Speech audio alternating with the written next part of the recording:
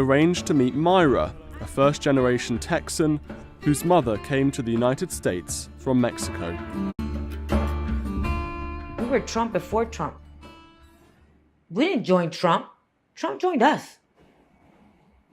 And it's a concept that people don't understand, but really think about it. Mexicans are conservative people.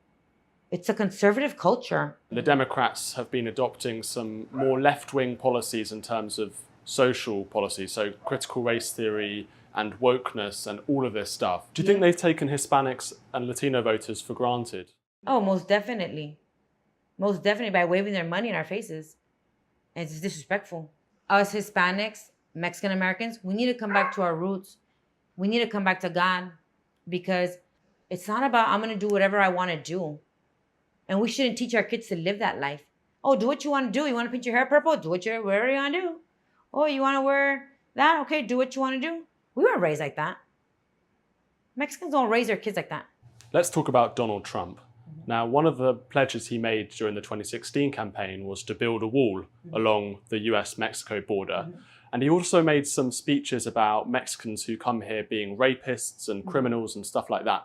Does that in any way worry you, that sort of language that Trump used, or do you support his sort of tough on immigration line? I was never worried or concerned about those words, because coming from a Border Patrol family, we hear daily what kind of people cross. We can talk all day about how many wonderful people show up, because that's great. I hear of how many rapists have gone through, how many murderers, how many drug cartel people. We hear every single day as a Border Patrol family. This circle of people hears what he's talking about. So why would he waste his time saying, hey, yes, good people, but listen, you don't understand how many bad ones come across. And sometimes, yeah, you do need the tough love. You do need to hear it in a different perspective, in a different angle, because then things don't come through to us. Black Americans of Chicago, this is directed at you. In a speech Biden made a while back, he said that the majority in America soon will be Latino. He didn't say black. He didn't say Asian or white or anything. He said Latino. That's why millions and millions of lighter-skinned Latino illegal aliens are being allowed in, and many of them are being sent to black communities so they can slowly start to replace y'all. You need to wake up, man. They were being given $5,000 upon entry into this country, and soon as they got to their destination and settled in, they were being given $1,200 a month to $1,400 a month, plus free food stamps, free housing, free medical, free dental, and they even get free college. But you get nothing. You need to wake up, man. Stop voting for the Democrats. The Democrats don't need your vote anymore. They used you for your vote. Make sure that we immediately surge to the border. All those people are seeking asylum. They deserve to be heard. That's who we are. We're a nation that says if you want to flee and you're fleeing oppression, you should come. But many have forgotten this moment during the 2019 Democratic primary. And I'm going to now direct this at Vice President Biden. I do not believe you are a racist. And I agree with you when you commit yourself to the importance of finding common ground. But I also believe, and it's personal, and I was actually it was hurtful to hear you talk about the reputations of two United States senators who built their reputations and career on the segregation of race in this country. And it was not only that, but you also worked with them to oppose busing. And, you know, there was a little girl in California who was part of the second class to integrate her public schools. And she was bused to school every day. And that little girl was me. Despite insisting that she wasn't calling Biden racist, Harris was in fact accusing him of preventing black students from integrating into white schools, and of being friends with openly racist politicians. So, what is Joe Biden's real record on race? Harris wasn't inaccurate in her criticism of Biden, who has a checkered history on racial justice, despite painting himself as a staunch civil rights advocate over the years. Perhaps one of the most criticized moments in Biden's past is his involvement in the creation of the notorious 1994 crime bill. People forget that the informal name for the bill was Biden's crime law. The legislation is widely criticized for being responsible for making the effects of mass incarceration in the US exponentially worse. Biden was also a key architect of the devastating Iraq War. Responsibility for the war is often blamed on George W. Bush, Dick Cheney, and other Republicans. But in reality, Biden played a key role as a Democrat. In the lead up to the war, Biden convened a series of Senate hearings to drum up support for the invasion on the basis of flimsy intelligence material being presented by the Republicans. What is the threat from Iraq? Obviously, to fully answer this question will require us to have additional enclosed hearings.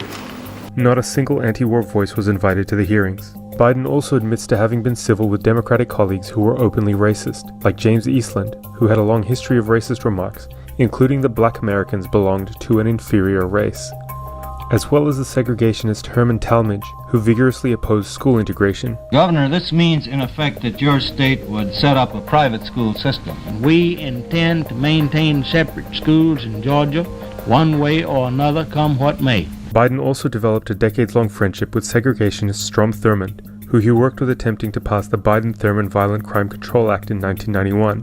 Biden also spoke at his funeral. We became good friends.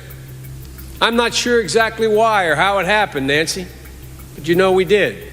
In the lead-up to the 2008 election, Biden was also in the spotlight for a number of comments, including referring to Barack Obama as articulate and clean, and associating Indian immigrants with Dunkin' Donuts and 7-Eleven chains. Do these gaffes or misunderstandings, or however you would characterize them, indicate you're uncomfortable talking about race, or are people just being too sensitive? I think that I have my whole career. I got involved in public policy. I got involved in politics because of the civil rights movement. Biden also has an unreliable history surrounding his own involvement in the civil rights struggle. He has at times claimed to have been deeply involved, at other times not that active, and in the lead up to the 2020 election once again claimed to have been heavily involved. He was also caught out claiming to have been arrested trying to visit Nelson Mandela. This day, 30 years ago, Nelson Mandela walked out of prison and entered into discussions about apartheid. I had the great honor of meeting him. I had the great honor of being arrested with our UN ambassador on the streets of Soweto trying to get to see him on Robbins Island. You now say you weren't arrested and it didn't happen in Soweto. You were at the airport in Johannesburg and you were stopped from going through the door for blacks. I guess the question is, were you confused or were you just trying to embellish a story? Offered the chance to run with Biden in 2020, Kamala Harris's once scathing criticisms about race faded away, and the two have worked closely since winning the election. I believe you that you're fully supportive of him. How does that transition happen? How do you go from being such a passionate opponent on such bedrock principles for you, and now you guys seem to be pals? It was a debate. Not everybody landed punches like you did, though. It was a debate. So you don't mean it? It was a debate. That the whole reason, literally, it was a debate. It was called a debate. I understand. Everyone traveled to the debate. There were journalists there covering the debate, where there would be a debate of differences of opinion and issues. Okay. I am 1,000% supportive of Joe Biden, and I will again do everything I can to make sure he is elected.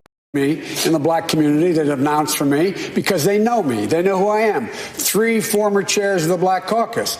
The only African-American woman that ever been elected to the United States Senate. A whole range of people. No, my point is that's not true. The other one is here. I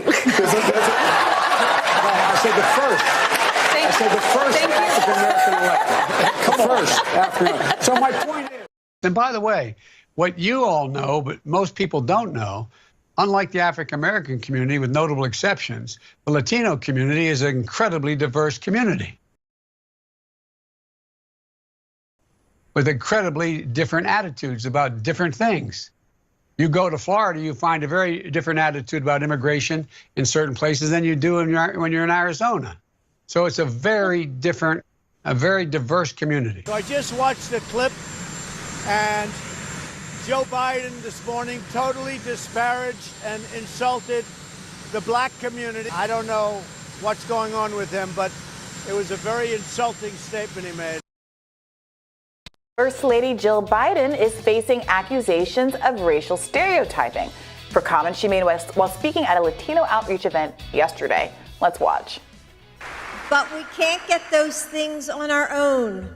Raul helped build this organization with the understanding that the diversity of this community, as distinct as the Bogotas of the Bronx, as beautiful as the blossoms of Miami, and as unique as the breakfast tacos here in San Antonio. Stand by.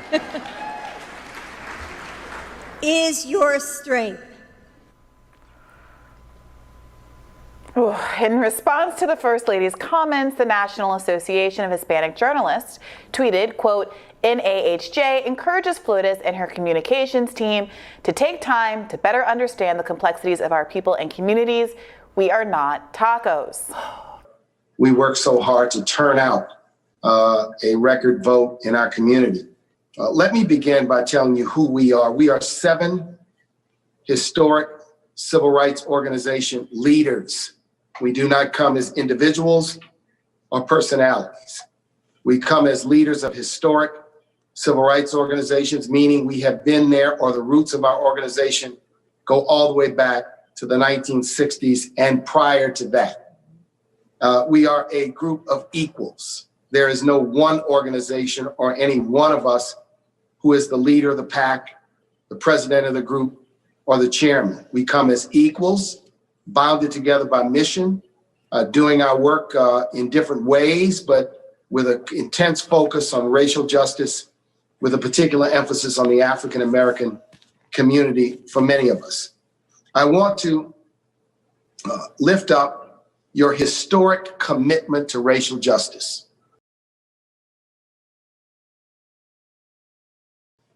Our job is to help you and to hold you and your administration accountable to accomplish the progress of racial justice.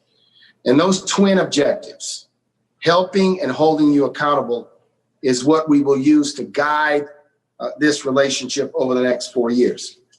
To accomplish this objective, you must maximize the number of African Americans in the cabinet, sub-cabinet, and the White House staff, so that people with the lived experiences of racial justice and the professional qualifications are at the big table in the deliberations and the discussions on all issues.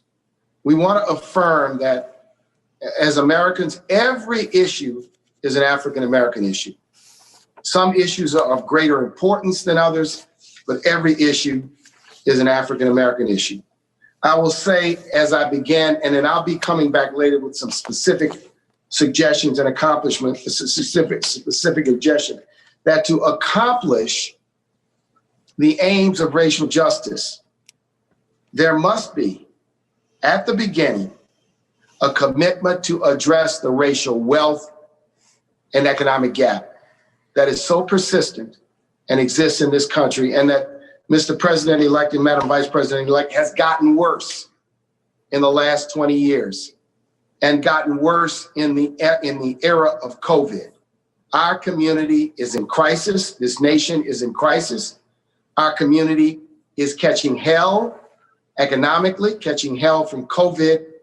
And I want to encourage you, Mr. President-elect, to be bold, to be imaginative, to view this as the historic opportunity that it is for your administration. So number one, to accomplish the aims of addressing the racial wealth gap, it will require a set of targeted policies that focus on the communities that are deeply impacted. I want to lift up your own plan, the Lift Every Voice plan. And I want to encourage you to ensure that from Secretary-designate Yellen to each member of the economic team, to every member of the staff economic team, that this document and this plan be a guiding document for everything you do in the next 4 years. Your commitment to this plan was encouraging, and all too often in an administration, people come in and they bypass the specific commitments that were made during the election. This plan, we think, should be the guidepost of your work when it comes to racial justice. I just want to say two more quick things. Number one, with respect to the first 100 days, we will share with you various thoughts about what should be in the first 100 days. I want to lift up the importance of a broad-based stimulus with money for cities, with money for African-American businesses with less than 5 employees, for education, for COVID distribution that utilizes community centers and libraries and community facilities as distribution points. And I want to encourage on an economic recovery plan that you think of infrastructure as not only transportation infrastructure, but as community facilities. We lost you, Mark. You're muted, Mark. Mark, you're muted. And the like. Where did you lose me? On infrastructure. On infrastructure. So we recommend that infrastructure be not only transportation infrastructure, Mr. President-elect and Madam Vice President-elect, but for schools, community centers, broadband, and other facilities such as water systems. Without that, a transportation infrastructure plan will not achieve the aims of addressing the racial economic inequities in this country. If you get a chance to read the plan, you'll see it does exactly that, what you're talking about. And we appreciate that, and we want to emphasize that. So with that, each of us is going to discuss a set of issues. The thing that got me that I told this reporter is you told his daughter, George Floyd's daughter, you took her little hand because you said, I heard you say that your father will change the world.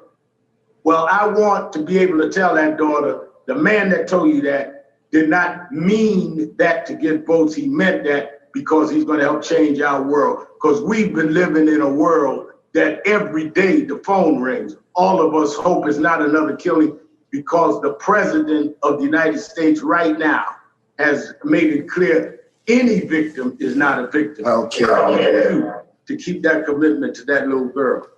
We also need to deal with the voting rights that has been robbed, that even now they're trying to suppress all over this country.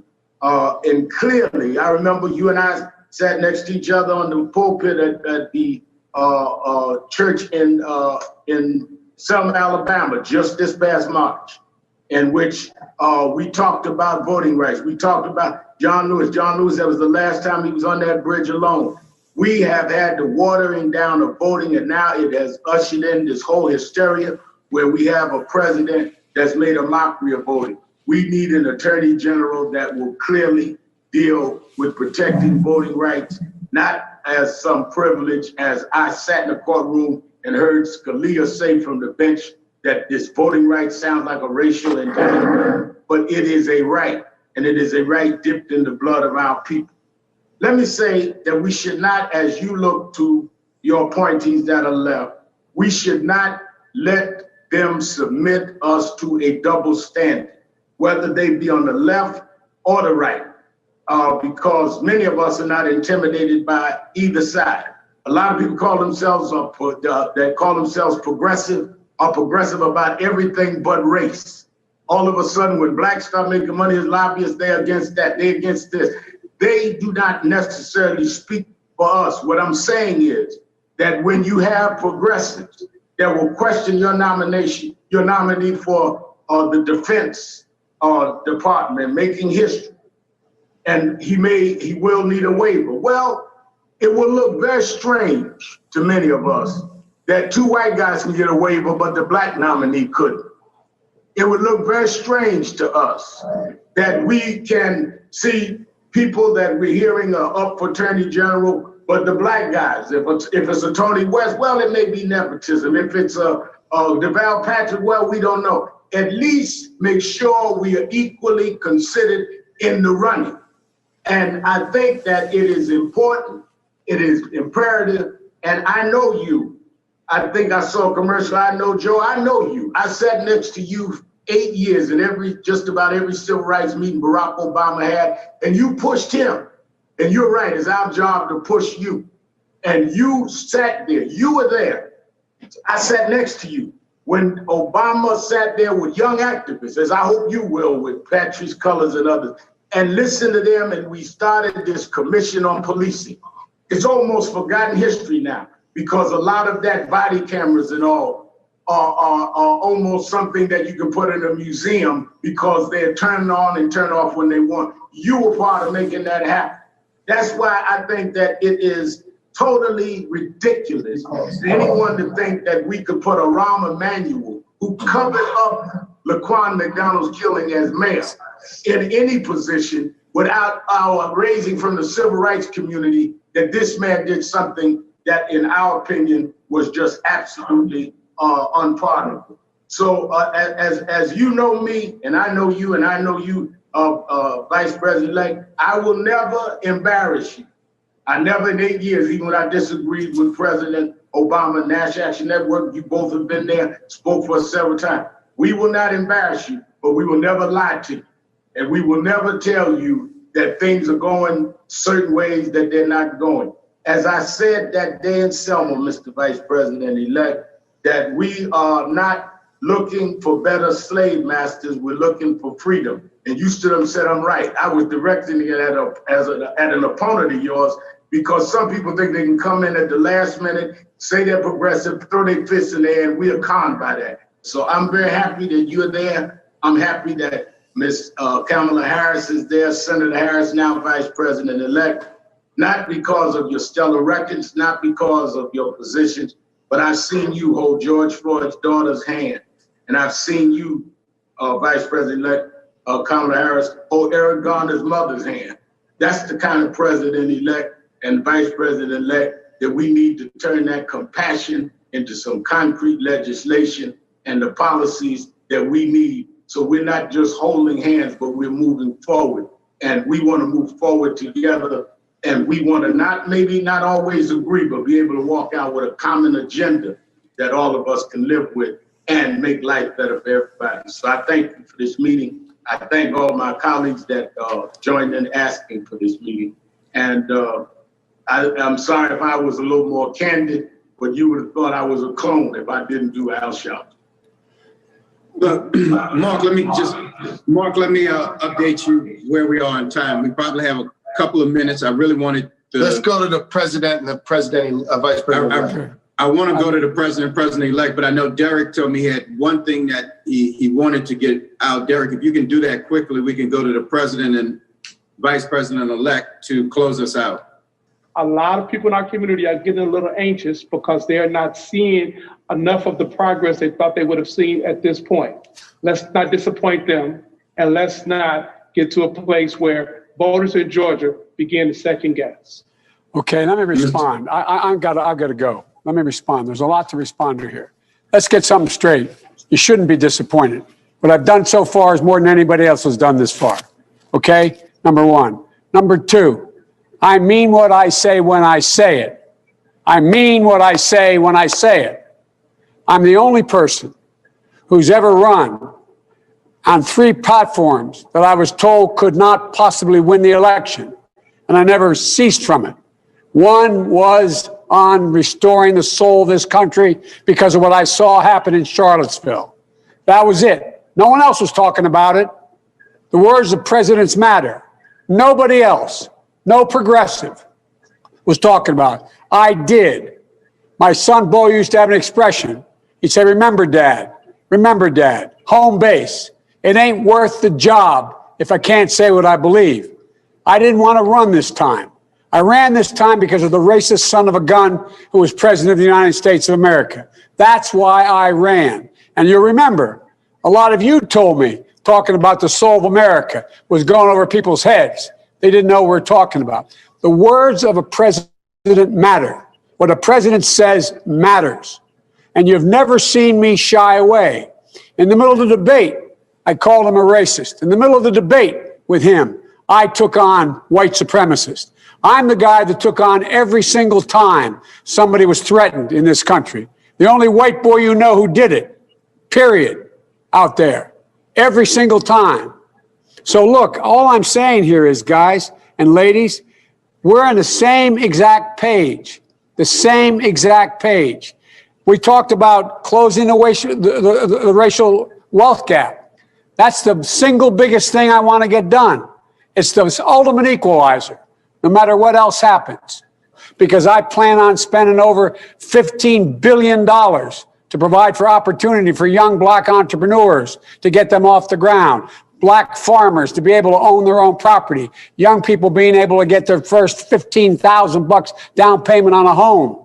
Making sure that they have an opportunity to gain wealth.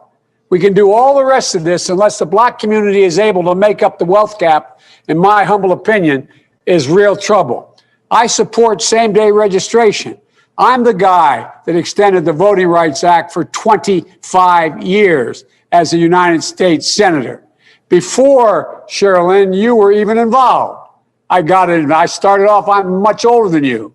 That's why I got involved in politics. The assault on the black vote and voting rights across the nation has never been more ugly than it is today. You got to go all the way back to the original Jim Crow to get where this guy is. If in case you haven't looked, we have the largest voting right. Kristen, my operation, 1,000 lawyers, bigger than you or anybody else out there on voting rights. 1,000 in this campaign. Not a joke. 1,000. So I want you to know, I understand this. I know, look at the 38 cases that have been brought against my being president of the United States. All about phony actions. And so I think there should be same-day registration, automatic voting rights. I've been pushing, and I got a number of people that contribute significantly to the effort down in Florida to make sure that federal prisoners who serve their time have every single right restored to them. That's been my position before it was anybody else's position. I've been out pushing that. In addition to that, I think it's really important that no one goes to prison for a drug offense. Nobody. They go into rehabilitation. Rehabilitation. That's what we should be building, rehabilitation centers, not more prisons. I have a $20 billion effort that I'm proposing to get states to change their sentencing guidelines so that there is no more mandatory sentences across the board. In addition to that, we're talking about having diversity hiring in every agency. I promise you that is going to happen. We're just getting started here. Police reform, judicial reform. Look, you know, if you notice, when I was chairman of the Judiciary Committee and when I was advising the president, who did we get on the court? We got on a woman who worked for me, became a member of the Supreme Court. Another woman who was a leading Hispanic in America no one paid attention to is on the court. All the people that I pushed on the court have been really pro-civil rights judges across the board. And I, like you, the idea, Kristen, that everybody has to be a prosecutor. I'm a public defender. When I'm president of the United States of America, we're going to see to it that public defenders, federal defenders, get paid the same as federal prosecutors. Mm-hmm. So we can attract people. There's a whole range of things I guess I'm trying to say here. Look, the whole idea of equity is built into everything we've done. For example, I laid out my COVID team. Nobody's ever done this before. Well, we're going to have Marcela Nunez Smith, but she is going to have one job. We have an equity task force. Her entire job is to deal with the inequity that exists because of racial discrimination. And Ms. Campbell, that's what this is all about. Making sure that, you may remember, I'm the first person, black or white, who called attention to the fact that you were finding that there was the rate of people who were African Americans who were dying was 3 times that of white people. That's because a friend of mine, a white guy who happens to be, as you well know, Derek, the mayor of the city of Detroit called me to tell me about it. I insisted that we keep a record on everything that happened since then. Guys, guess what I'm saying, guys, is, I mean what I say. The hard part here is I'm going to have a lot of trouble. We're going to have a lot of trouble getting a lot of this done with this Congress. And so the question is, for example, I'm going to be appointing at least, and look, the reason I'm not telling you who the other black maybe cabinet positions I'm going to appoint are is because it'll get out. And guess what? I can't defend them. They're going to be out there by themselves without any defense before they're named. They're going to get ripped to shreds. That's why I'm going to wait. You will be pleased, I believe. You will be pleased to see there'll be more African Americans in major positions within a cabinet in major spots and more Hispanics in major spots than ever in American history. That's going to happen. I promise you that. And the other thing is, for example, thus far, for example, when we went ahead and we made sure that, I have as, the Secretary of Treasury, Janet Yellen, but at number 2 is Wally Adeyemo, an African American, who is the number 2 guy with real authority at that department. Look underneath just what we're doing in addition to the people we've already named. You're going to see people, look, and Cecilia Rouse, Cece, she is a significant player. That's a serious position. But it's like when I named her, well, I don't know if that counts. I'm not so sure. Well, if it doesn't count for y'all, well, the hell with y'all. But because it's real.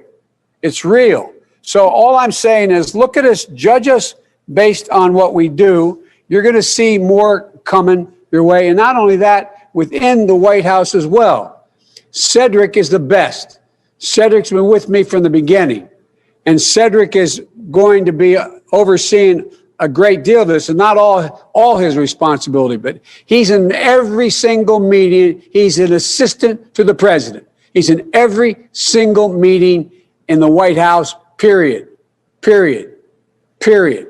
And so what we're going to be doing here is making sure that we have diverse hiring, not only and for the main cabinet position and the sub-cabinet positions, but down the line. It's going to make a big difference, and within the White House as well. Assistant to the president, there's only 6 of those slots. It matters. And by the way, I think you're going to see, I always kid Kamala by say this, but we're going to have more women than men, as it's looking like now. Okay, that's good, because I'm surrounded by women smarter than me, starting off with my wife and my sister. But all kidding aside, this is going to be fully across the board. I'm going to keep the commitment that I said. And here's the thing. And Reverend Al, I think you're right about this. It matters what a president says. And if you notice, I am not mincing my words when I speak about what I plan on doing as president of the United States. The only thing I'm not doing is I'm not engaging in retribution. I am not deciding that the way to win is to go after hate with hate. We have to convince people. We have to move them. And one of the overwhelming reasons I won, by the way, is because we took on racism in suburbia. White women overwhelmingly voted with me, and black women were the 2 places where it was overwhelming, because we spoke to those concerns. And Vanita, you know what I'm talking about. You and I have talked before. I don't carry around a stamp on my head saying progressive and I'm AOC, but I have more of a record of getting things done in the United States Congress than anybody you know. Anybody you know of getting things accomplished. And that sounds so self-serving. I know that. But this is going to really be hard. This is going to really be hard. And let me conclude and turn it over to Kamala, who says, what the hell am I doing with this guy right now? But all kidding aside, I've known you my whole life, most of you. I've worked with you my whole life, most of you. I've been around doing this for a long time. I don't always get it right, but I always take responsibility. When I get it wrong, I acknowledge I got it wrong. But my overarching objective, if we cannot make significant progress on racial equity, this country is doomed. It is doomed, not just because of African Americans, but because by 2040, this country is going to be minority white European. Hear me? Minority white European. And you guys are going to have to start working more with Hispanics, who make up a larger portion of the population than y'all do in terms of raw numbers. We're going to have to be working with a whole group of people that, in fact, are the single most diverse democracy in American history and anywhere in the world. And we got to figure out how to unify this country. And you've been the leaders of being able to do that. Not a joke. And so there's some things that I'm going to be able to do by executive order. And I'm not going to hesitate to do it. But what I'm not going to do is I'm not going to do what used to, Benita, you probably used to get angry with me during the debates when you'd have some of the people you were supporting say, on day one, I'm going to executive order to do this. Not within the constitutional authority. I am not going to violate the Constitution. Executive authority that my progressive friends talk about is way beyond the bounds. And as one of you said, maybe you, Reverend Al, whether it's far left or far right, there is a Constitution. It's our only hope. Our only hope. And the way to deal with it is where I have executive authority, I will use it to undo every single damn thing this guy has done by executive authority. But I'm not going to exercise executive authority where it's questioned, where I can come along and say, I can do away with assault weapons. There's no executive authority to do away with that. And no one's fought harder to get rid of assault weapons than me. Me. But you can't do it by executive order.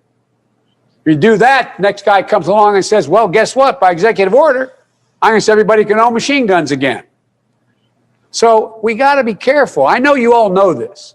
I know you know it. And poor Kamala's heard me say this, and so has Cedric. I'm sure you overstand me here. I desperately want to work with each of you. And I promise you, you will have access to us on a regular basis.